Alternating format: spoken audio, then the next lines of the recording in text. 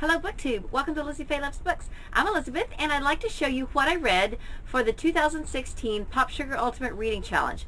This was my second year participating in this challenge, and I first found out about the 2015 challenge on Pinterest. Before I ever even discovered BookTube or Goodreads or anything, I was researching little free libraries, and so somehow a pin of the Ultimate Reading Challenge list came up in my Pinterest feed, and I thought, oh, that looks really neat. And so I found the whole list and I started doing it. And later on then I started watching BookTube videos, and when I started actually making my own BookTube videos, I decided that I would talk about the Ultimate Reading Challenge and talk about what I read at the end of 2015 and everything like that. And at that point, I really didn't hear very many people talk about doing it. I don't know if that was the first year that they had it or what. But then this past year, I have heard a few more people say that they participated. And then there was also the Around the Year in 52 Books challenge, I think just started last year. So I ended up actually doing both of those challenges, and I didn't use the same books for either challenge. And so now this year, as soon as I said, I don't think I'm going to do the Popsugar Ultimate Reading Challenge this year, I've been watching everybody's goals, and it seems like so many more people are participating for 2017 that I'm really, really tempted to go ahead and just do it. And I don't know. At this point, I'm still saying I'm not going to, but maybe halfway to 2/3 through the year, I may go back and look at the challenges and just see what I've already read at that point that I can plug in and see if I'm very close to completing it, because it really is fun. And this year for 2017, the challenges look really fun.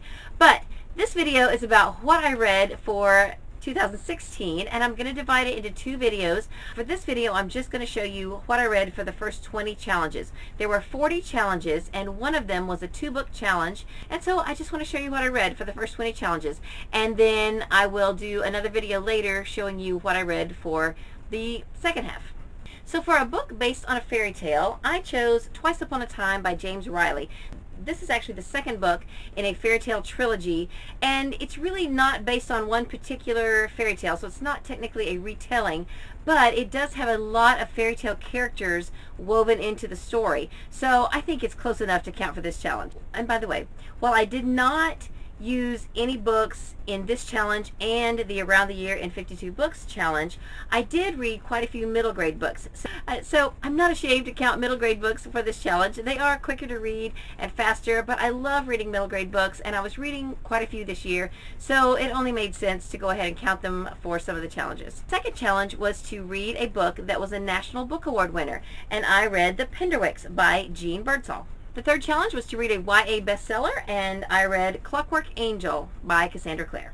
The fourth challenge is to read a book you haven't read since high school. Well, this book is not much to look at, but this actually came from my high school library, and I read it in high school. My librarian at the time was weeding some books, and he gave me 3 books by this author, Rosamond Dujardin, and this one is called Double Date. I had a blast reading it, and I didn't even remember the story, but I do remember reading books by this author, and it was just a lot of fun to revisit books from my high school days. Challenge number 5 was to read a book set in your home state. I was originally going to read a book that was set in Oklahoma because that's where I grew up, but eventually I decided to go with a book that I read earlier in the year in the interest of time, and so I chose The Mystery at Disney World by Carol Marsh. I do live in Florida, and I have lived here since 1988, so I think I can safely count this. Another challenge I kind of had to change at the last minute. For challenge number 6, you were to read a book that was translated into English. I was originally going to read Shadow of the Wind by Carlos Ruiz Zafón.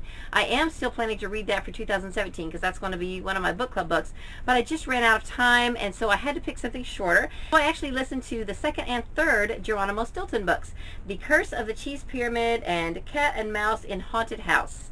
This CD collection includes the first one, which is called Lost Treasure of the Emerald Eye, but I read that last year for this same type of challenge, so I counted the second book in the series for this year's challenge.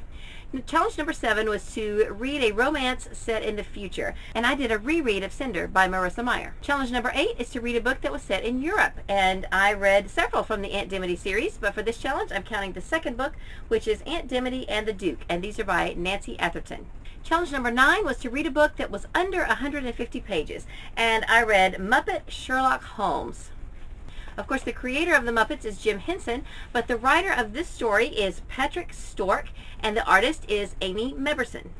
Number 10 was to read a New York Times bestseller, and I read The Girl on the Train by Paula Hawkins. I read this actually for our local book club, and I'm quite certain that it's a New York Times bestseller, so I decided to count it for this challenge.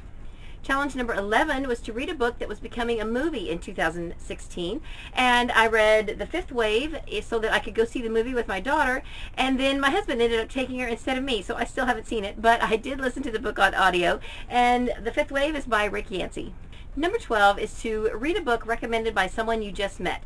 Well, a booktuber that I met over the interwebs this year is Elizabeth Tyree, and we've become quite good friends on BookTube, and she recommended Escape from Mr. Limoncello's Library by Chris Grabenstein, and I read it right away, and I thought it was fabulous. So thank you, Elizabeth, for recommending this book to me. Challenge number 13 was to read a self-improvement book. Well, on audio, I listened to Organizing from the Inside Out by Julie Morgenstern. The version I listened to was actually abridged. It's something that I picked up at a book sale, but I do own the full copy. I believe I had already read this at one point several years ago. By listening to the abridged version again, it sort of reminded me of some of the principles that she teaches and gave me some of the highlights, and I enjoyed it very much. Challenge number 14 was to read a book you could finish in a day, and I read Darth Paper Strikes Back by Tom Engelberger. This is the second book in the Origami Yoda series. Challenge number 15 is to read a book written by a celebrity, and I chose Plum Fantastic, which is the first book in the Sugar Plum Ballerina series, and it's written by Whoopi Goldberg.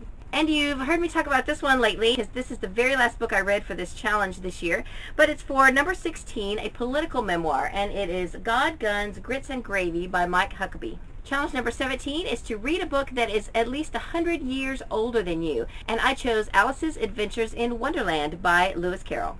Challenge number 18 is to read a book with more than 600 pages, and I read Illuminate by Amy Kaufman and Jay Kristoff. And challenge number 19 was to read a book from Oprah's Book Club, and I picked A Virtuous Woman by Kay Gibbons.